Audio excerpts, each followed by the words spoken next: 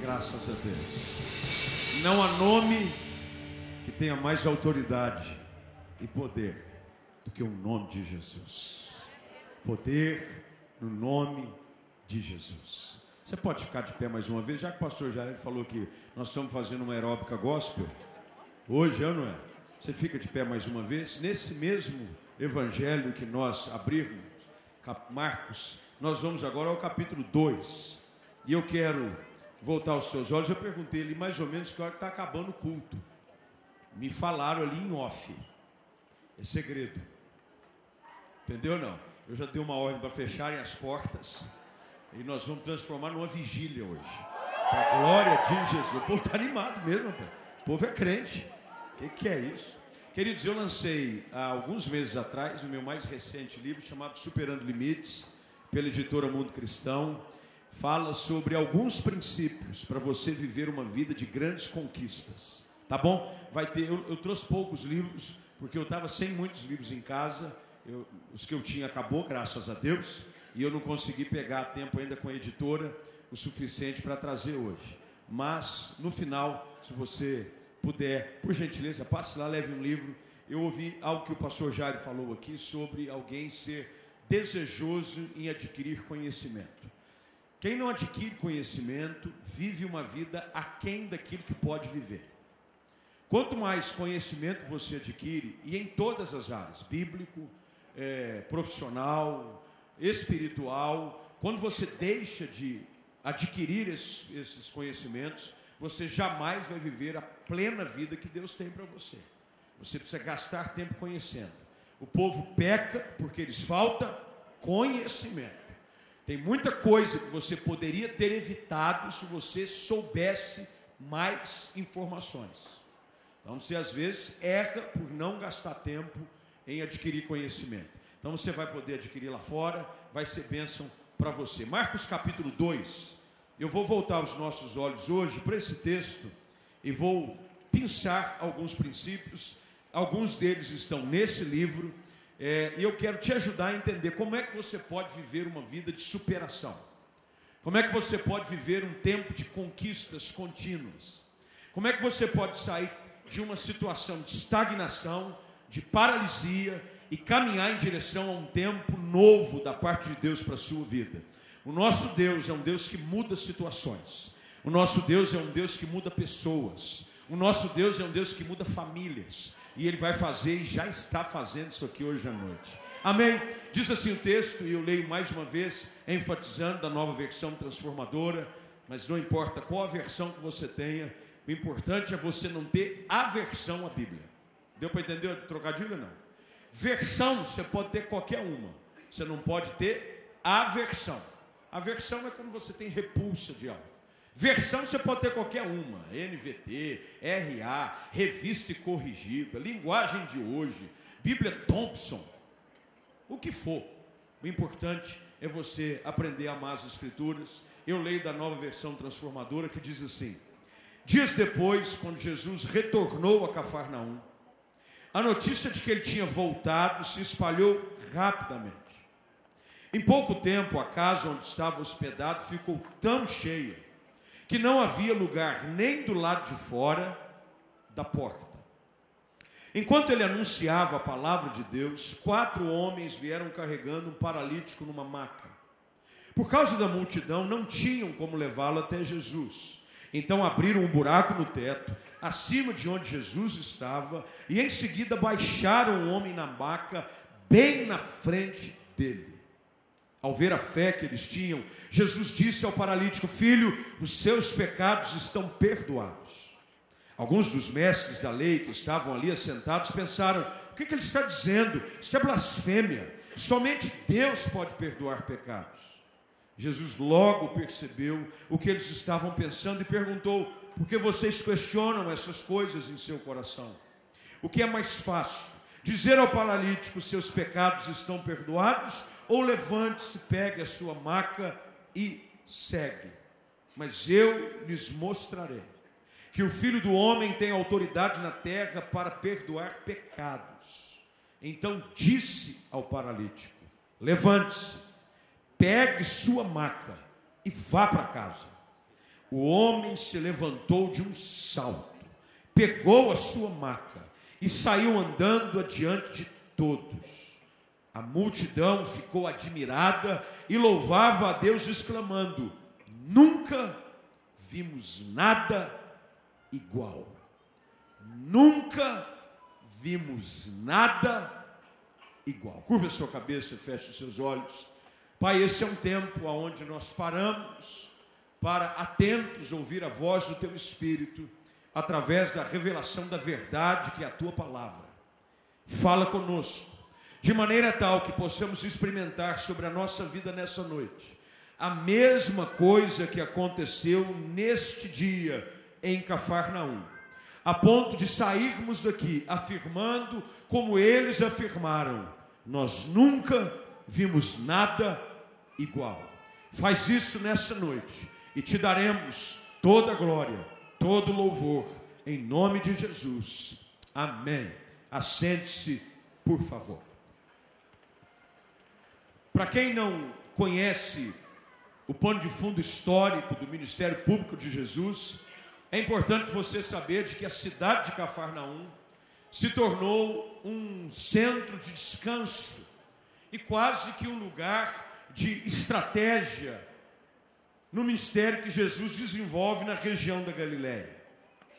Ele não tinha casa propriamente dita ali, mas ele tinha casas aonde ele poderia se hospedar. Alguns estudiosos acreditam de que a casa do texto provavelmente fosse a casa de Pedro ou a casa da sogra de Pedro. Jesus gasta boa parte do seu ministério nessa região da Galileia, e o seu ministério se torna de tanto impacto que onde quer que ele fosse, ele não conseguia mais chegar sem ser acompanhado por uma grande multidão de pessoas. Logo no início, 3 anos antes de ele começar o seu ministério, ele ainda era uma pessoa desconhecida pela maioria. Ele era conhecido apenas como filho de José, de Maria, o seu pai era um carpinteiro, mas a partir do momento em que os cegos começavam a ver, os mudos começavam a falar, os coxos começavam a andar, e até os mortos voltavam à vida, se tornou impossível de fazer com que a sua fama se espalhasse por toda a região. E ele, agora como o texto diz, mais uma vez volta à cidade que lhe era comum estar. Só que ele agora já havia se transformado em alguém conhecido, a ponto de que, ao ouvirem falar de que ele estava em casa, as multidões correram para o lugar aonde ele estava, a ponto de tomar todo o espaço. E o texto diz que não conseguia mais encontrar espaço, nem do lado de fora, junto à porta.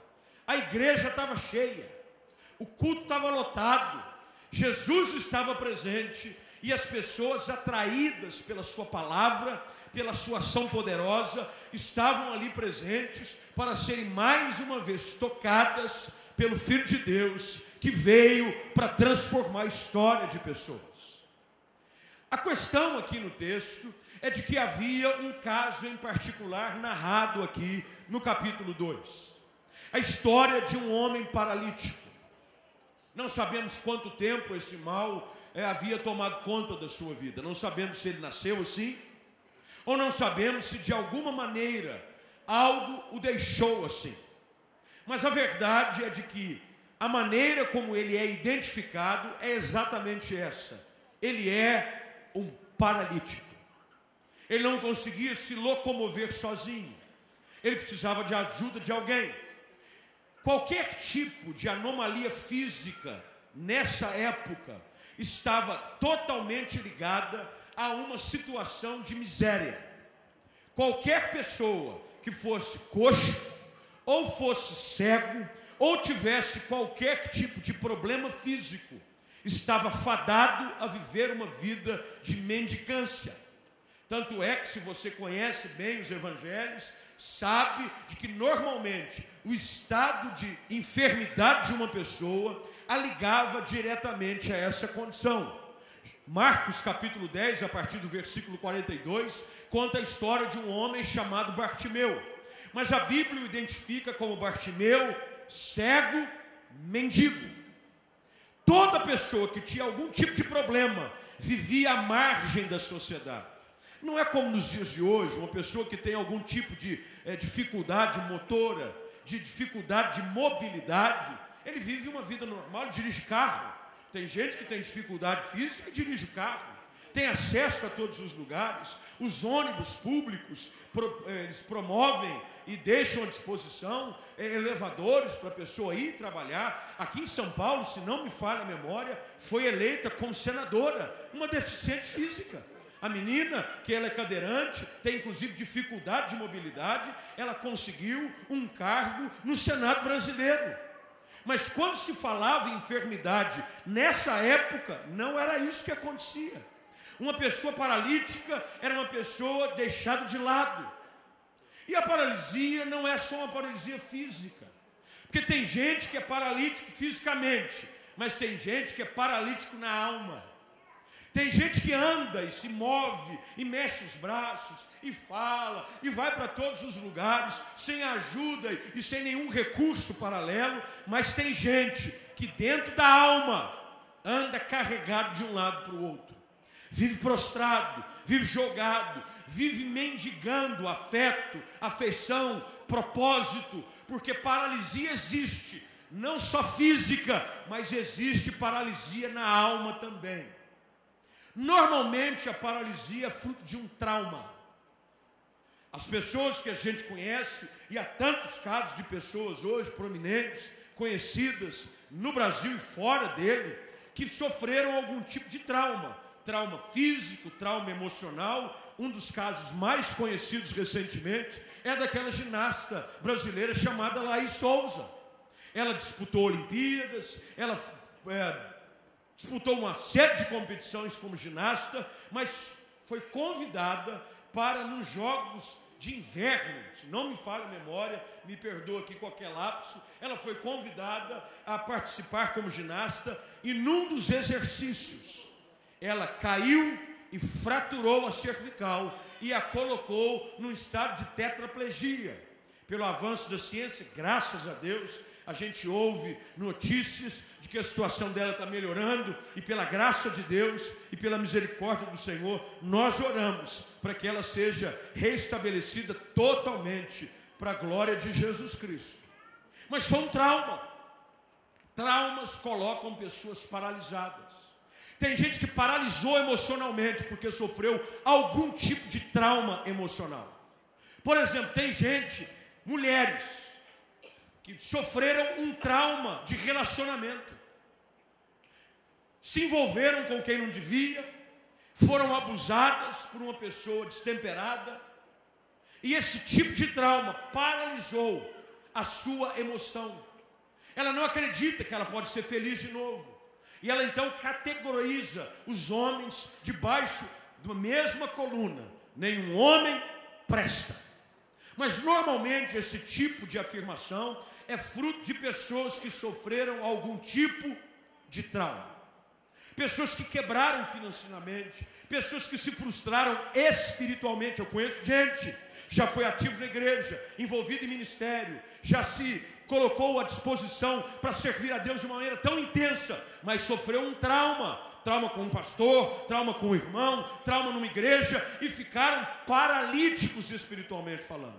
Não produzem mais nada, não se envolvem, não trabalham, não fazem mais nada para Deus, estão hoje prostrados, mendigando à margem da sociedade o que Deus na realidade tem em abundância para oferecer para a sua vida. A história desse homem é a história de um homem paralítico. Mas o que acontece para mudar a realidade desse homem? Se você puder pegar um pedaço de papel, ou se você for hábil aí no seu smartphone, ou se você quiser pegar a testa do seu vizinho emprestada, pode pegar, escreve na testa de quem está do seu lado, escreve na mão de quem está do seu lado, mas eu quero compartilhar de uma forma muito sucinta e direta. Eu procurarei hoje ser assim como um punhal, curto e preciso. Sabe aquela mensagem? Curta e precisa, porque tem dois tipos de mensagem. Tem a espada em punhal, a mensagem, que ela é curta e precisa. E tem a mensagem espada, é longa e chata. Então nós vamos fazer uma mensagem punhal, curta e precisa. Como é que a história desse homem começa a ser transformada?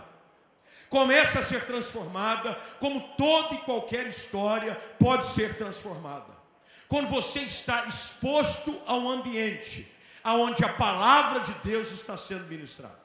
Olha o que o texto diz, e é importante que você mantenha a sua Bíblia aberta, porque eu vou caminhar no texto, para que você identifique no próprio texto quais foram os segredos que levaram esse homem a viver uma vida diferenciada, superando os seus próprios limites. Verso de número 2, diz que em pouco tempo, a casa onde ele estava hospedado ficou cheia, não havia lugar nem do lado de fora, e enquanto isso, Jesus anunciava-lhes a palavra. A palavra de Deus tem o poder de gerar no coração dos homens uma nova expectativa. É a palavra de Deus. Tudo que começa a ser transformado é pelo poder da palavra. Quando você vai ao livro do Gênesis e você começa a ler sobre a criação, a maravilhosa criação de Deus, você começa a descobrir de que a terra era sem forma e vazia. O Espírito de Deus se movia sobre a face das águas. E então disse Deus. Todo ambiente de desuniformidade, todo ambiente caótico, só pode ser transformado quando a palavra é liberada sobre ele. Quando o profeta é levado ao vale de ossos secos, Ezequiel capítulo 37, o cenário era um cenário de morte. E Deus chama o profeta e diz: vocês estão vendo esses ossos? É um vale de ossos sequíssimos. Não eram apenas secos, eram ossos sequíssimos. E olha a pergunta que Deus faz ao profeta: filho do homem, porventura poderão esses ossos voltarem a viver? Olha a resposta do profeta: Senhor, tu o sabes. E aí então Deus diz ao profeta: profetiza, libera a palavra e diga sobre o vale de ossos secos: ossos, voltai a viver. Todas as vezes que a palavra de Deus é liberada, não importa quão caótico e ambiente de morte exista na sua vida, ele começa a ser alterado e transformado, porque a palavra de Deus é viva e eficaz. É viva e eficaz. Quando a palavra é liberada, as pessoas começam a olhar para frente com novas expectativas. É por isso que um ambiente hoje à noite como esse, onde a palavra de Deus foi anunciada de inúmeras maneiras, através da canção, através da oração, através de cada ato desse culto, você não está entendendo, mas o que está acontecendo é que cada palavra liberada está gerando no teu coração uma nova expectativa, uma nova expectativa. Eu estou aqui hoje como um profeta de Deus para a sua vida, para declarar que pela autoridade da palavra, não importa qual seja o seu estado de estagnação, de paralisia, de limitação, mas pela autoridade e pelo poder da palavra, a situação vai começar a mudar. Quando você ocupa o teu coração com a palavra, você começa a produzir o dínamo que muda situações. Se chama fé. A fé vem pelo ouvir a palavra. Quanto mais eu ouço a palavra, mais eu começo a acreditar de que o impossível vai acontecer, de que o milagre vai se tornar uma realidade. Quanto mais palavra, mais eu acredito no milagre. Quanto mais palavra, eu começo a acreditar de que por mais que o meu passado tenha sido um passado de vergonha, de dor, de tristeza, em Deus tudo se faz novo. Pela palavra, Jesus anunciava-lhes a palavra. Você precisa da palavra. O Espírito Santo, ele vem onde a palavra é liberada. Querido, eu não sei você, mas eu amo a palavra de Deus. A palavra de Deus é o que me dá vida. A palavra de Deus é o que me dá expectativa. A palavra de Deus é o que me dá norte. É por isso que ela é lâmpada. Nós ouvimos aqui a menina dizendo, fazendo a leitura no meio do culto. Não sei, isso aqui dá exploração de criança. Pastor Jorge explorando a menina aqui. O que é isso? Explorando a obreirinha. Mas ela citou o texto, Salmo 119, 105. Lâmpada para os meus pés é a tua. Isso quer dizer o seguinte: a palavra ilumina o meu caminho. Só tem um jeito de eu mudar a minha realidade: palavra. Sabe qual é o problema de muita gente? Está cego para a palavra, não ouve a palavra. A única voz que ouve é a voz do caos, é a voz da desesperança, é a voz da falta de fé. E o ambiente onde uma palavra como essa é liberada gera pessoas enfermas, paralíticas. É gente que não acredita que pode mudar. É gente que o casamento não pode ser transformado. É gente que começa a acreditar de que a vida foi feita para ser vivida em meio a dores. Não é verdade. Quando você começa a ouvir a palavra, ela é lâmpada para os seus pés, ela é luz para o teu caminho. Um caminho que você não sabe para onde vai, um caminho que você não sabe qual tomar. A palavra vem e ilumina para você, e você começa a enxergar um futuro novo de possibilidades pelo poder da palavra. Por que esse paralítico começou a entrar em direção a um novo tempo? Pelo poder da palavra.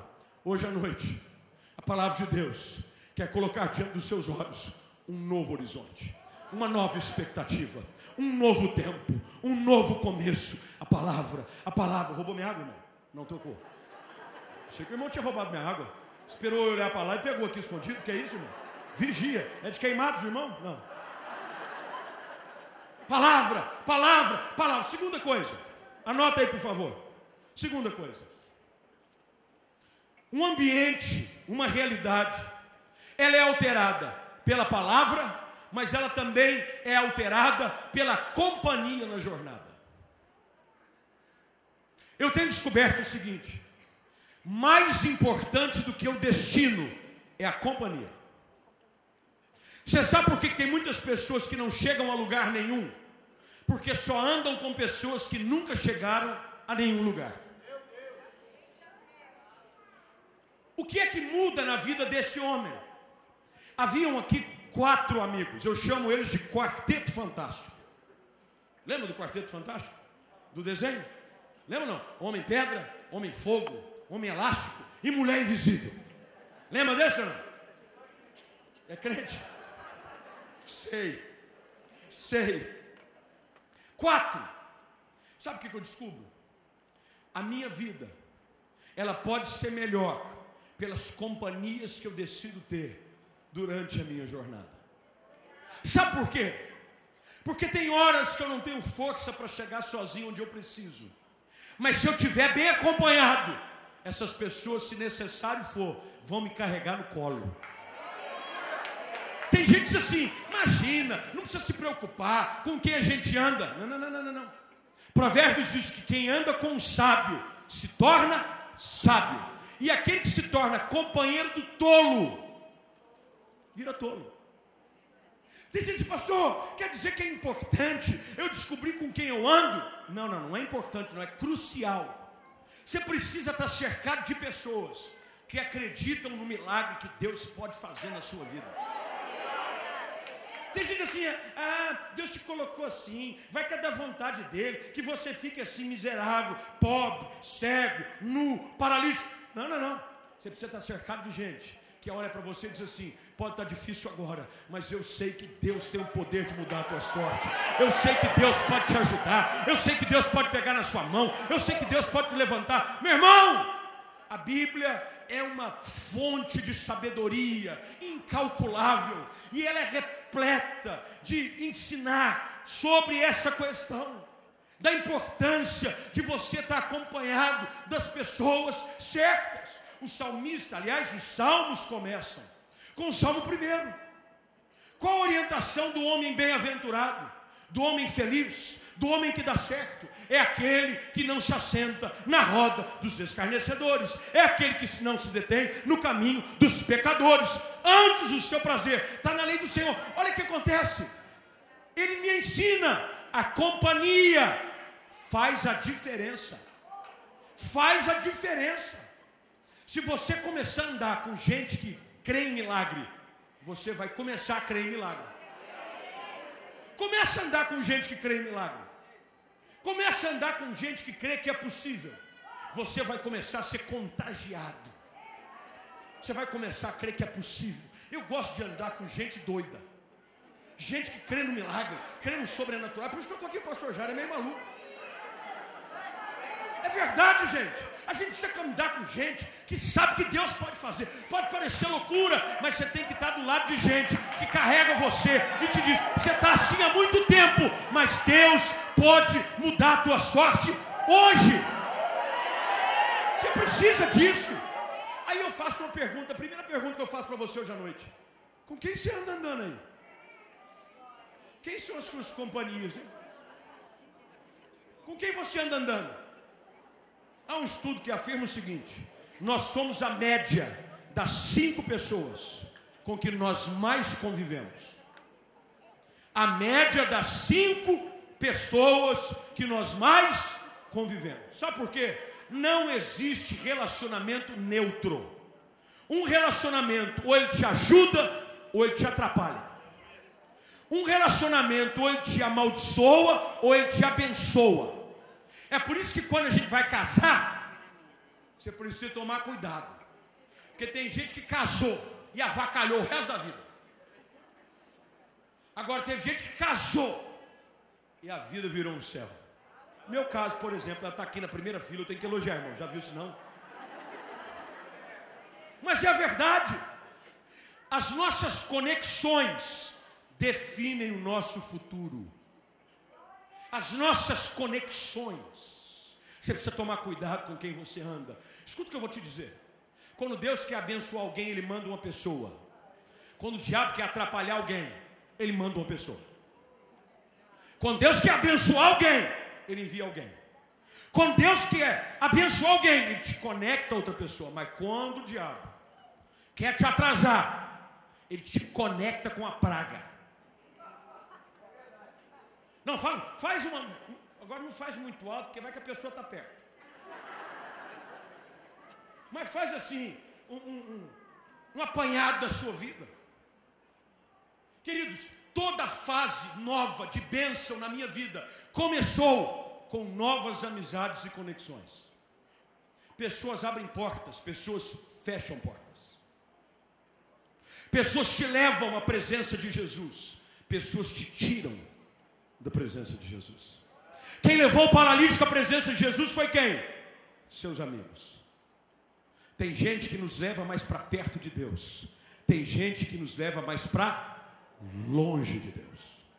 O segredo para você romper, o segredo para você superar, é você estar conectado às pessoas certas. Agora presta atenção.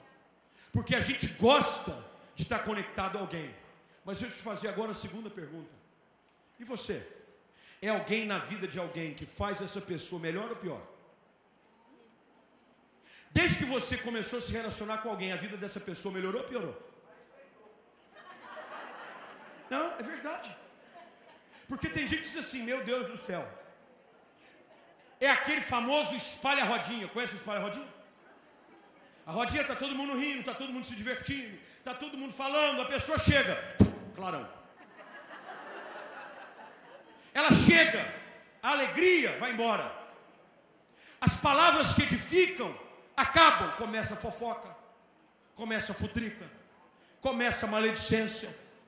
A gente precisa ser instrumento de bênção. Quando Deus manda Abraão para uma terra que Ele lhe mostraria, Ele disse: eu vou fazer você lá uma bênção. Você tem que ser uma bênção. Nós fomos chamados para fazer a vida de outras pessoas melhores pela vida de Deus em nós. Querido, eu não aceito um crente entrar numa empresa e ela não melhorar por causa da presença dele. Eu às vezes ouço empresários e isso me dá uma frustração como pastor. Eu ouvi esses empresários dizer assim: desde que entrou um crente na empresa, virou, todo mundo chega atrasado. Aliás, ele é o que está amutinando para a greve. Não, nem da Nazareno. Deve ser da Gadareno. É Gadareno. Porque o crente, quando chega, ele abençoa. Porque eu sou sal, eu sou luz. Quem eu me conecto se torna alguém melhor. Você precisa se conectar a pessoas que fazem da sua jornada uma jornada mais abençoada. Começa a espantar esse monte de zica que está na sua vida. Faz aí uma peneira nos seus relacionamentos. Gente que, ao invés de te encorajar a crer no milagre, te começa a convencer de que a vida é isso aí mesmo. Pois, miserável, eu ia dizer outra coisa. Eu esqueci o que eu estou pregando. Põe-se miserável para andar, sai fora. Tinha um louvor, é samba, mas louvor. Do Só Para Contrariar, que dizia assim: sai da minha aba, sai para lá. Vim cantar esses dias no louvor aqui na igreja. Sai da minha aba, sai para lá. Ó. Sai fora. Gostaram do louvor, né? Estou preocupado, cara. O irmão anda cantando esse louvor aqui. Não, eu estou preocupado porque todo mundo cantava, começou a fazer assim. Eu estou achando que a irmã Cassiane está no novo CD. Põe gente para andar, gente que não te ajuda. Paulo, quando escreve aos Gálatas, ele faz uma observação clara e diz: vós corrieis bem. Quem vos impediu de continuar?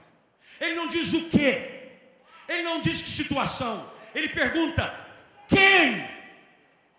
Quem te impediu de continuar firme com Deus? As más conversações corrompem os bons costumes. O segredo desse cara é que ele estava bem acompanhado. Bem acompanhado, a tua vida só melhora. 4 amigos. Eu quero estar perto de gente assim, de que quando eu não tiver forças, recursos para chegar onde eu preciso, estas pessoas farão o que for possível para me ajudar a chegar lá. Gente que não está preocupado em si, está mais preocupado no outro.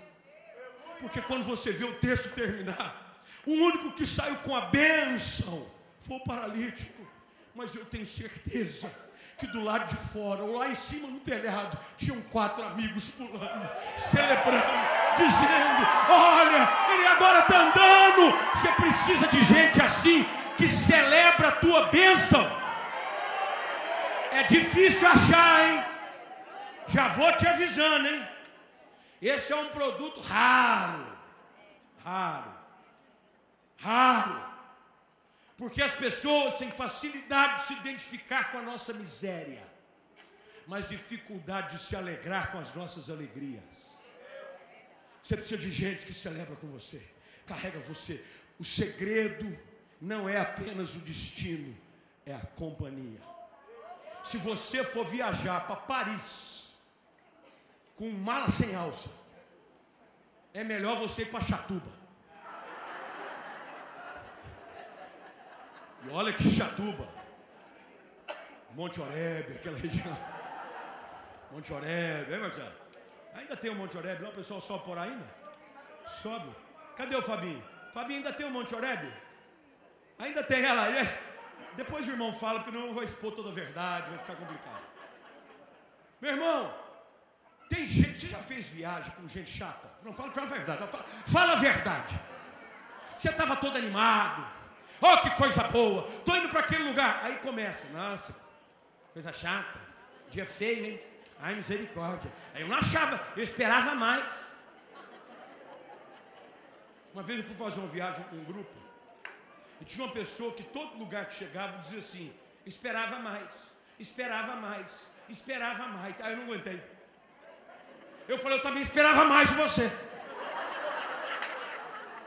Eu também esperava mais. Você precisa estar perto de gente que celebra, que te ajuda, que te carrega nos ombros, que leva você ao lugar do teu milagre. Terceiro lugar,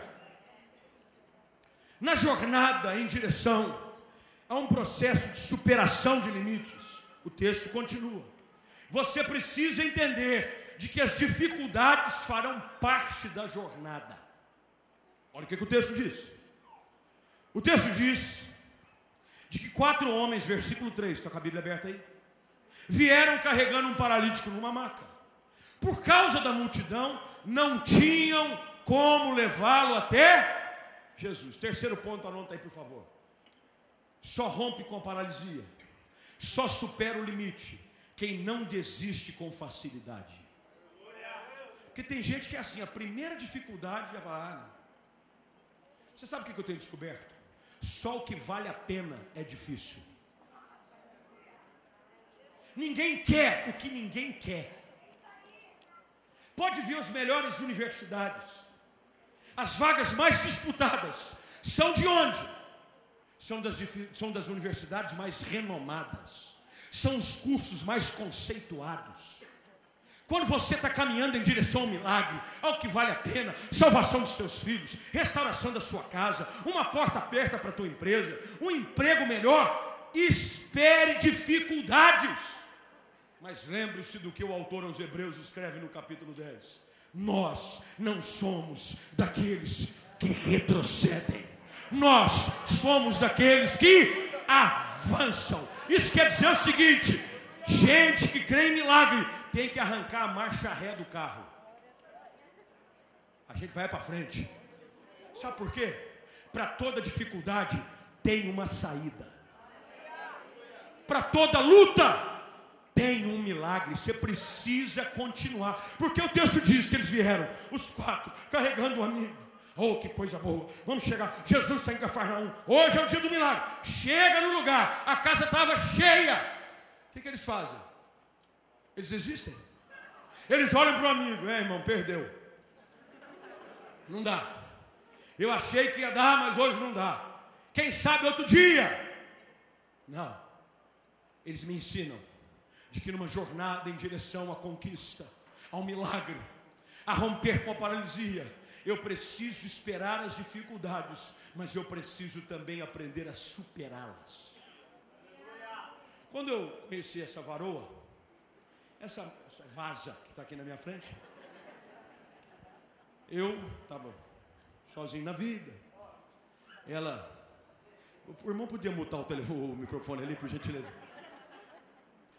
A gente conheceu, ela olhou para mim, eu olhei para ela, um amigo em comum, e começou aquele flerte, tal, e aí, tá, né? Falei, pô, interessante, né?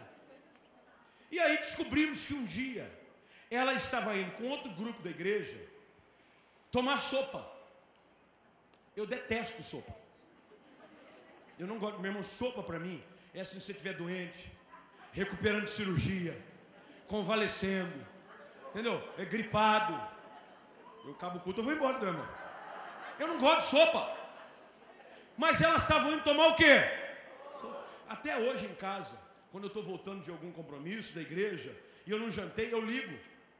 Eu disse para ela, o que tem hoje? Porque de vez em quando ela faz.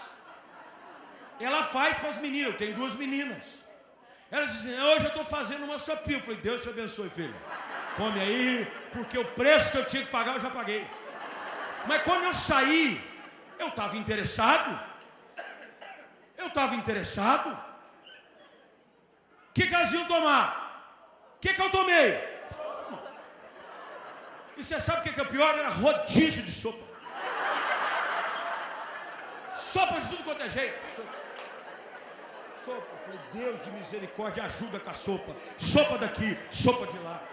Sopa daqui, sopa de lá. E eu, porque interessado, porque se acabasse a sopa, acabava a conversa. Meu irmão, aquele dia eu tomei caldo de verde. Eu não sei nem os nomes da sopa, lentilha. Tomei mandioquinha. Caldo de galinha. Caldo de feijão. Porque eu tinha interesse. Eu estava disposto a pagar o preço. Saí de lá com overdose de sopa. Sopa saindo pela orelha. De tanta sopa. Mas por quê? Eu estava atrás de algo que me interessava. Conheci essa moça. Ela queria, porque um amigo, inclusive, nós foi ontem, né, amor? Completamos o aniversário de casamento ontem. Em comemoração Nós vamos tomar sopa. Em comemoração, eu trouxe ela para São Paulo, nós vamos tomar uma sopa. E esse amigo disse assim, olha, nós vamos sair e ela gosta de bombom. Falou, benção, bombom. Eu fui pensando já nos Lacta, garoto, Arcor, aquele meio amanteigado, ruim. Falei, vai esse aí, é ou não é? Já passei pela prova da sopa, vamos lá. Ele disse assim, ela gosta de Copenhague. Fui lá, comprei uma caixa de bombom da Copenhague. Fui buscá-la na casa dela e eu espalhei Copenhague assim no console do carro, assim, jogou. E acendi a luz para valorizar. Acendi a luz. Terminei de pagar a caixa de bombom faz mês passado. Financiei em 16 anos. Por que eu estou falando tudo isso? Porque tudo que vale a pena, você tem que estar disposto a pagar preço. É sopa, toma sopa, irmão.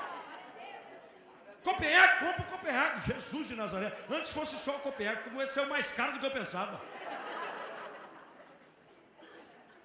O texto diz de que eles não conseguiam chegar lá. Querido, o lugar da tua promoção envolve esforço. Tem gente que é assim, eu queria tanto ser promovido, eu vou para o monte. Não, o monte faz parte. Mas também faz parte chegar mais cedo. Se propor sair mais tarde. Se mostrar solícito. Contribuir no trabalho, se aperfeiçoar.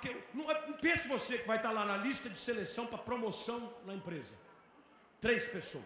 Um crente cheio do Espírito Santo, fala em línguas estranhas, sapateia, roda no miúdo, na presença de Jeová.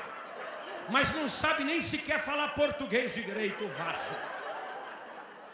Ele fala problema. Ele não fala nada. Ele não sabe nada. Nada. Do lado tem alguém que fez o curso superior, fez até o mestrado. E do outro lado alguém fala inglês, fala espanhol, fala alemão, fez especializações. Que a faculdade está aqui inclusive com a foto do Photoshop do pastor Jairo.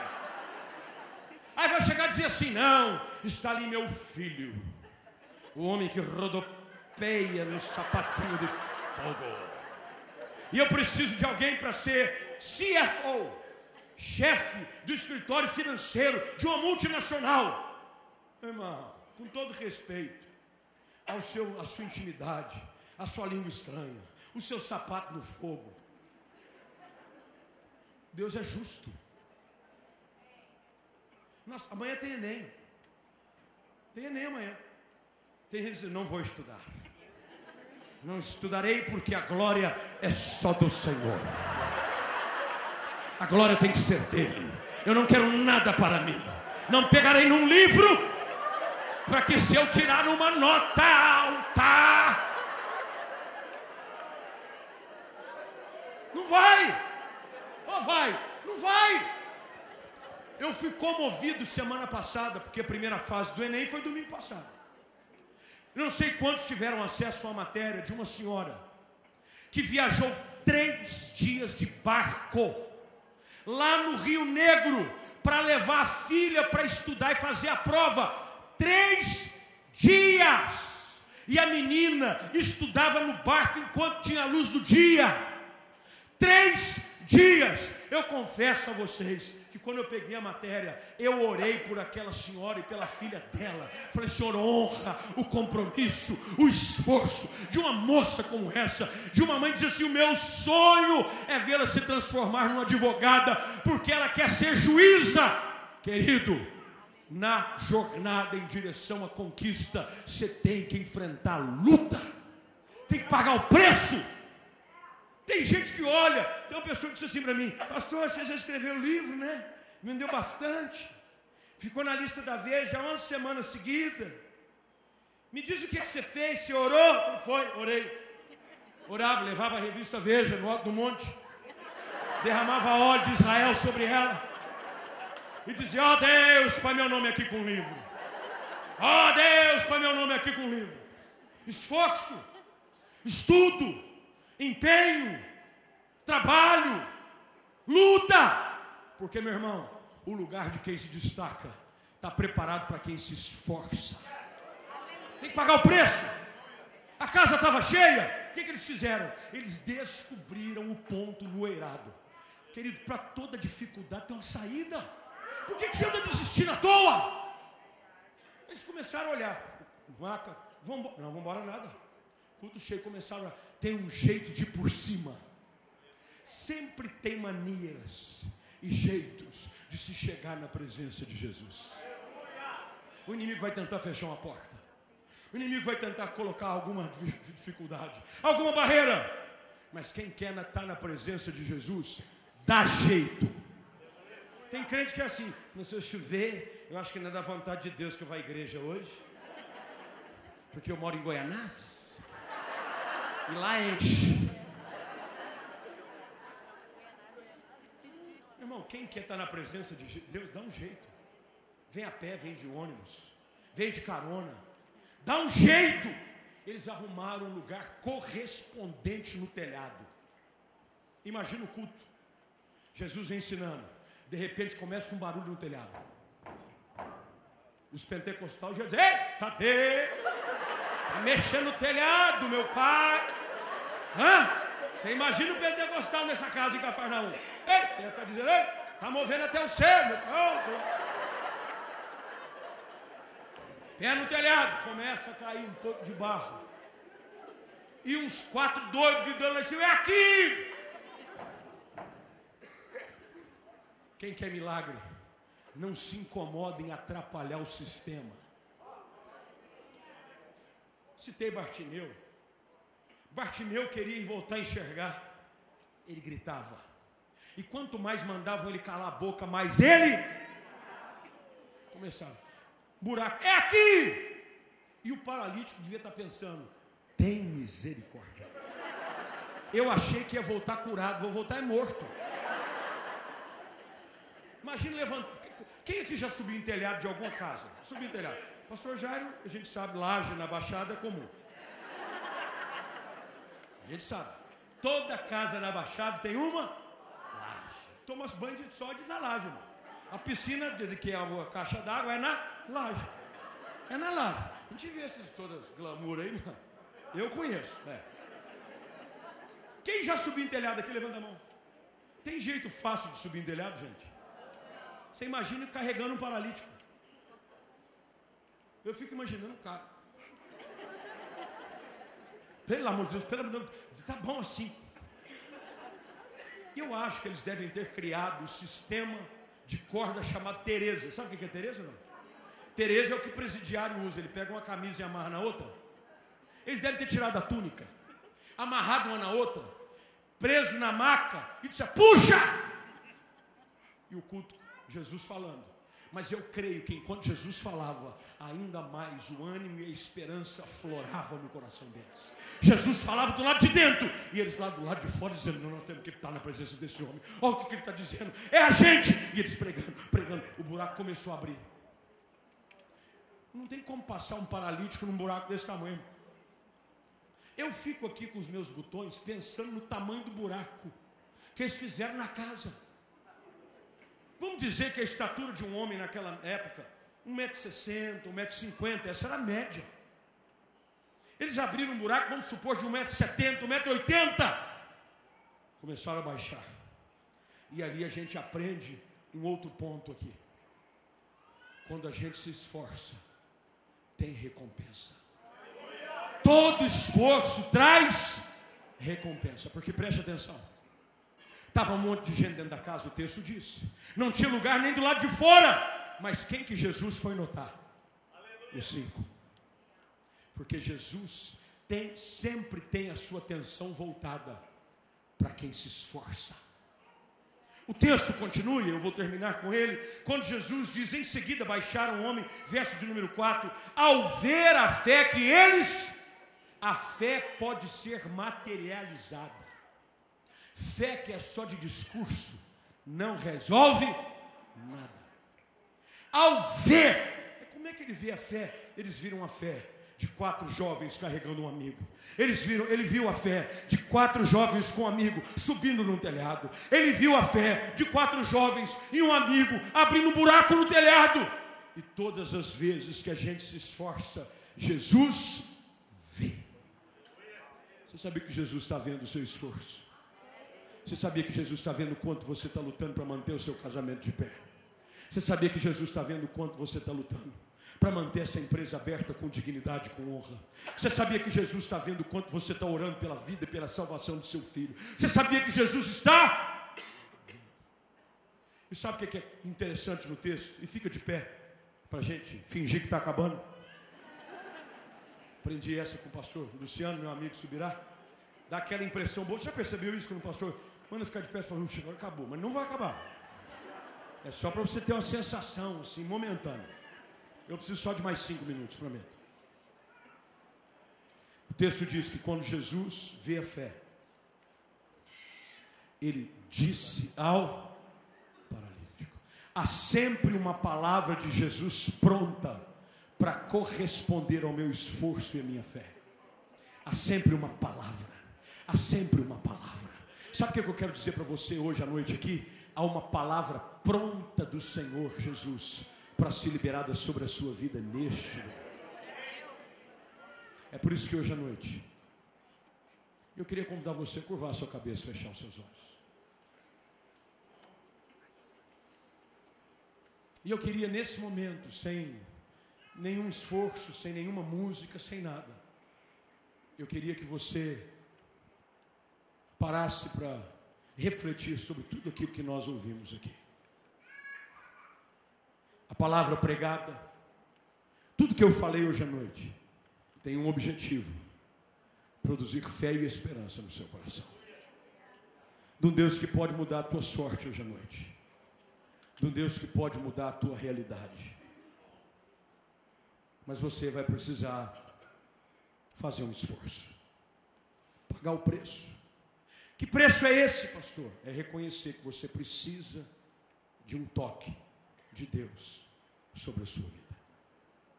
Eu não sei qual é a paralisia que acometeu a sua vida. Eu não sei em que área você está paralítico. Pode ser no casamento, pastor, eu vivo um casamento paralítico. O nosso casamento não tem vida, não tem mobilidade.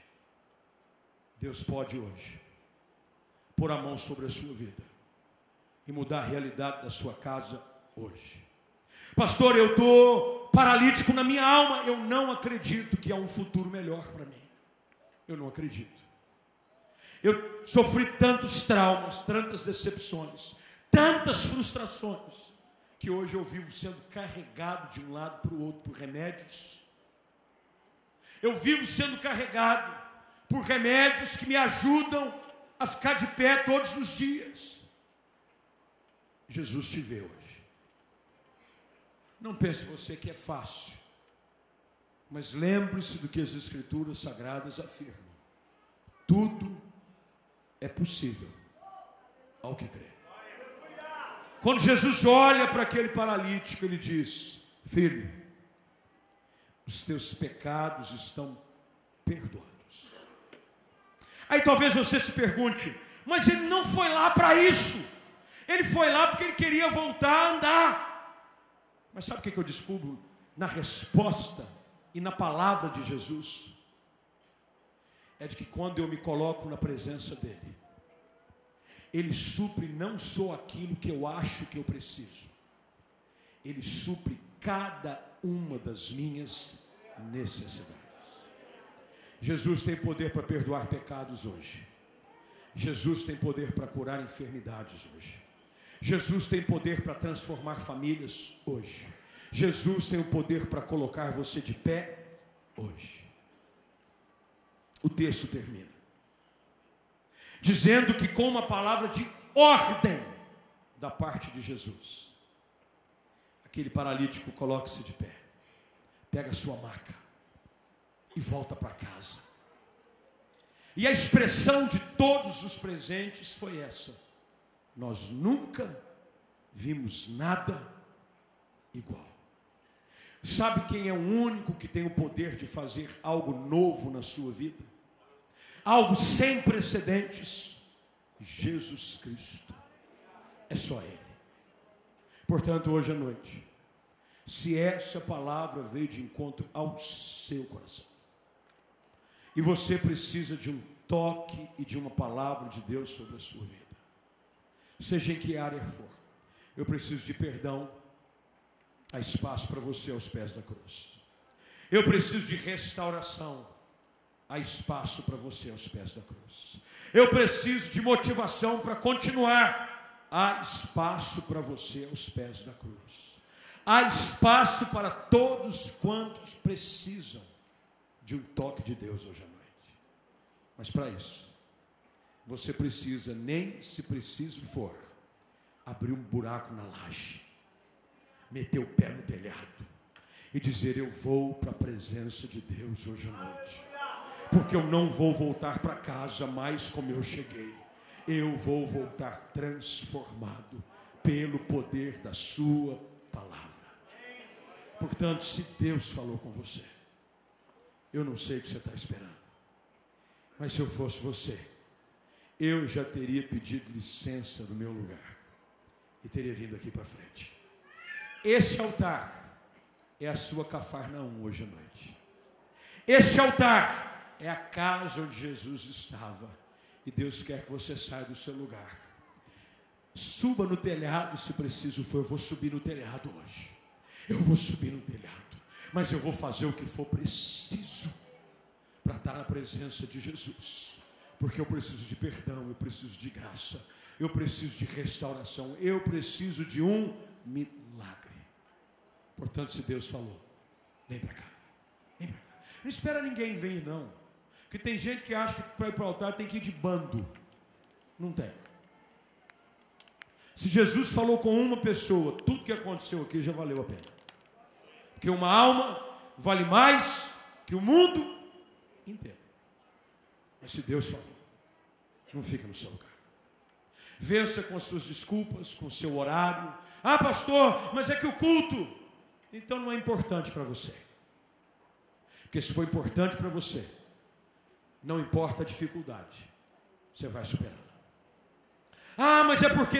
Não, vem para cá. Vem para cá. Vem para cá. Vem para o altar. E diga para Deus qual é a área da sua vida que está paralisada. Diga para Deus hoje à noite o que é que tem acontecido já há algum tempo. Que você hoje está estagnado, que você está traumatizado por algo. Uma palavra foi liberada, alguém te disse, teu pai, a tua mãe, falaram algo sobre você, isso te paralisou há anos. Jesus é o Deus que muda realidades. Portanto, vem para cá e fala com Deus. O Espírito de Deus está aqui hoje à noite. O Espírito Santo de Deus está aqui hoje à noite. O mesmo Jesus que estava nessa casa hospedado, ali em Cafarnaum, prometeu que onde estivessem 2 ou 3 reunidos no seu nome, ele ali estaria.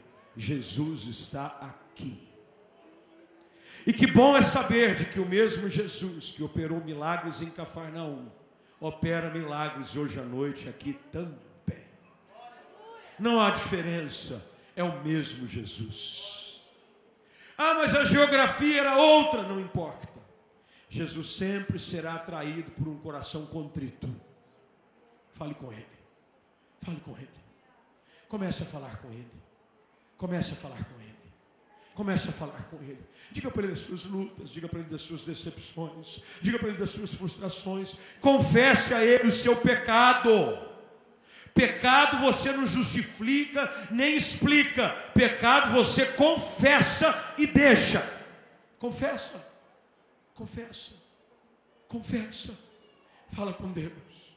E sinta o toque da graça. Sinta o toque da graça. Da graça, do favor, da misericórdia e da bondade de um Cristo que tem o poder de mudar vidas. Você vai sair daqui carregando a sua maca. Você não vai mais ser carregado por esse trauma. Esse trauma não vai te limitar, esse pecado não vai mais te paralisar. Você não vai sair daqui mais para viver sendo carregado pelos outros. Você vai sair daqui cantando louvores, dando glória a Deus, perdoado, liberto, sarado na presença de Jesus. Pai eterno, graças te damos pelo poder da tua palavra e pela ação do teu Espírito. Tu que sondas e conheces os corações, tu que conheces a palavra, mesmo que antes ela chegue à nossa boca, conhece o nosso assentar, o nosso deitar, o nosso levantar. Tu que sabes das nossas lutas, dos nossos traumas. Tu que olhas para nós hoje e enxerga muito mais do que uma aparência. Tu enxerga o que somos por dentro. Olha para nós.